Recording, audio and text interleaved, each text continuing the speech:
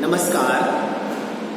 आज के वीडियो में मैं आपके साथ निराला के सामान्य परिचय और उनकी कविता बादल राग की काव्यगत विशेषताओं पर बातचीत करूंगा। निराला जी का जन्म सन 1899 में बंगाल राज्य के महिषादल नामक रियासत के मेदिनीपुर जिले में हुआ। इनके पिता राम सहाय त्रिपाठी मूलतः उत्तर प्रदेश के उन्नाव जिले के थे।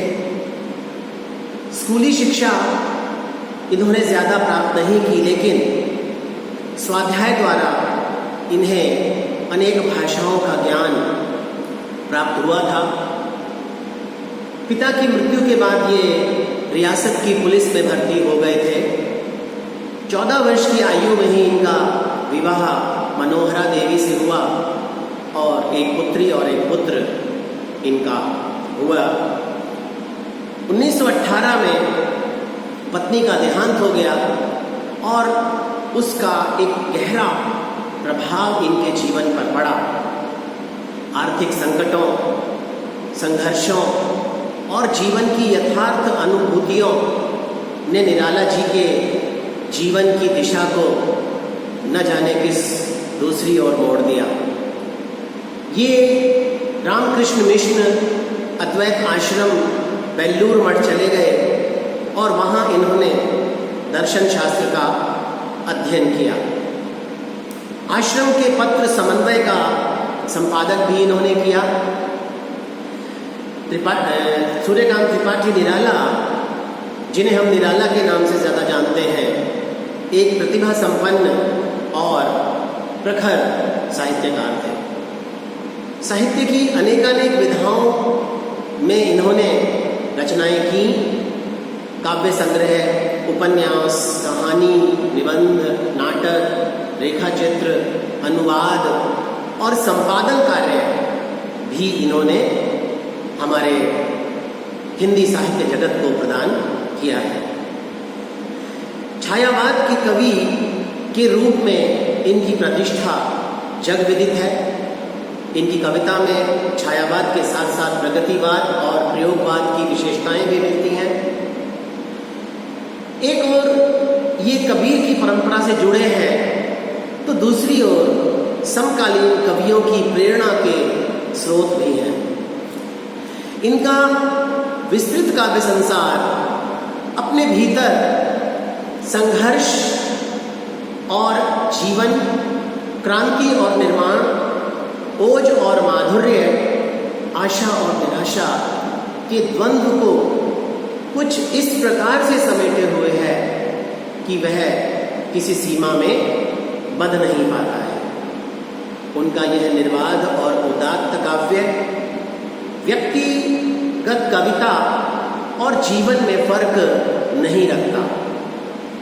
वे आपस में घुल मिल से गए हैं। इनकी कविता में उल्लास, शोक, राग विराग, उत्थान पतन, अंधकार प्रकाश का सजीव परिदृश्य उपस्थित दिखाई पड़ता है। भाषा शैली की दृष्टि से देखें तो निराला जी ने अपनी कविता में तत्सम शब्दावली युक्त खड़ी बोली का प्रयोग किया है। बंगाली भाषा के प्रभाव के कारण इनकी भाषा में संगीतात्मकता और गेयता का गुण भी पाया जाता है। प्रगतिवाद की भाषा सरल, सहज है, बोधगम्य है।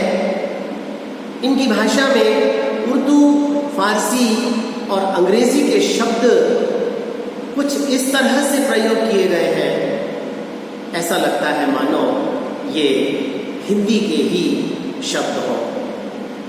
बीए तृतीय वर्ष के प्रथम प्रश्न पत्र में निराला जी की कविता बादल राग सम्मिलित की गई है। थोड़ा इसके विषय में मैं चर्चा करना चाहूँगा। इनकी बादल राग कविता अनामिका काव्य से ली गई है। निराला को वर्षा ऋतु बहुत अधिक आकर्षित करती है, क्योंकि बादल के भीतर सृजन और ध्वंस की ताकत एक साथ समाहित दिखाई पड़ती है। बादल किसान के लिए उल्लास और निर्माण का अग्रदूत है, तो मजदूर के संदर्भ में क्रांति और बदलाव का। बादल राग निराला जी की अत्यधिक प्रसिद्ध कविताओं में से एक है। वे बादलों को क्रांति दूत मानते हैं। बादल शोषित वर्ग के हितैषी हैं, जिन्हें देखकर पूंजीपति वर्ग भयभीत हो जाता है, थर थर कांपने लगता है। बादलों की क्रांति का लाभ दबे हुए कुचले हुए किसानों को और मजदूरों को मिलता है, शोषित वर्ग को मिलता है। इसलिए किसान और उसके खेतों में बड़े छोटे पौधे बादलों को हाथ हिला हिलाकर बुलाते हैं, उसका आह्वान करते हैं, उसका स्वागत करते हैं। वास्तव में समाज में क्रांति की आवश्यकता है, जिससे आर्थिक विषमता समाप्त हो। कवि ने बादलों को क्रांति का प्रतीक माना है। कवि बादलों को देखकर कल्पना करता है कि बादल हवा रूपी समुद्र में तैरते हुए क्षणिक सुखों पर दुख की छाया के रूप में दिखाई पड़ते हैं, जो कि इस संसार पर या इस धरती पर उसकी जलती हुई छाती पर ऐसी छाया करके उसे शांति प्रदान करने के लिए आए हैं। बाढ़ की विनाश लीला रूपी युद्ध भूमि में वे एक नौका के समान दिखाई पड़ते हैं। बादलों की गर्जना को सुनकर धरती के अंदर सोया हुआ बीज या अंकुर नए जीवन की आशा से अपना सिर ऊंचा उठाकर देखने लगता है। उनमें भी धरती से बाहर आने की आशा का संचार होता है। बादलों की भयंकर गर्जना से संसार हृदय थाम लेता है, डर जाता है। आकाश में तैरते हुए बादल ऐसे लगने लगते हैं मानो वज्रपात से सैकड़ों वीर धराशायी हो गए हों और उनके शरीर क्षत विक्षत हो गए। कवि का मानना है कि छोटे छोटे और हल्के हल्के जो पौधे हैं, वे हिलकर डुलकर हाथ हिलाते हुए बादलों को स्वागत के लिए आतुर हैं। वे उन्हें बुलाते हुए प्रतीत होते हैं। कवि बादलों को क्रांति दूत की संज्ञा देता है। बादलों का गर्जन किसानों और मजदूरों को नवनिर्माण की प्रेरणा देता है। क्रांति से सदैव आम आदमी को ही लाभ पहुंचता है। क्रांति से शोषक वर्ग, या जिसे हम महाजन वर्ग, अमीर वर्ग कह सकते हैं, वह हमेशा भय खाता है। बादल आतंक के भवन के समान हैं, जो कीचड़ पर कहर बरसाते हैं। बुराई रूपी कीचड़ के सफाई के लिए बादल प्रलयंकारी सिद्ध होते हैं। छोटे से तालाब में उगने वाला कमल, उसके पानी की स्वच्छता और निर्मलता बनाए रखने के कारण उस बादल का आह्वान करता है। आम आदमी हर स्थिति में सुखी और प्रसन्न रहता है। शोषक वर्ग जो कि एक के बाद एक अपार संपत्ति इकट्ठी करता है, लेकिन फिर भी असंतुष्ट रहता है और अपनी प्रियतमाओं से लिपटने के बावजूद क्रांति की आशंका से कांपता रहता है।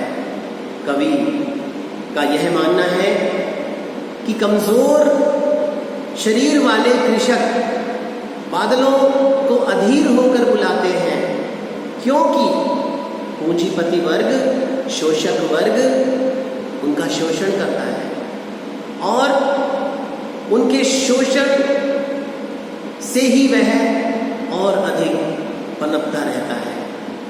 शोषित वर्ग तो मात्र एक जिंदा लाश की तरह बनकर रह जाता है। इसलिए बादल ही क्रांति करके शोषण को समाप्त कर सकता है। इस प्रकार बादल राग कविता के माध्यम से कवि निराला शोषित वर्ग की आवाज ऊंची बनाने की बात करते हैं और साथ ही साथ वे शोषक वर्ग को, अमीर वर्ग को एक सामान्य धरातल पर लाने की बात करते हैं। यही बादल राग कविता का सौंदर्य है। धन्यवाद।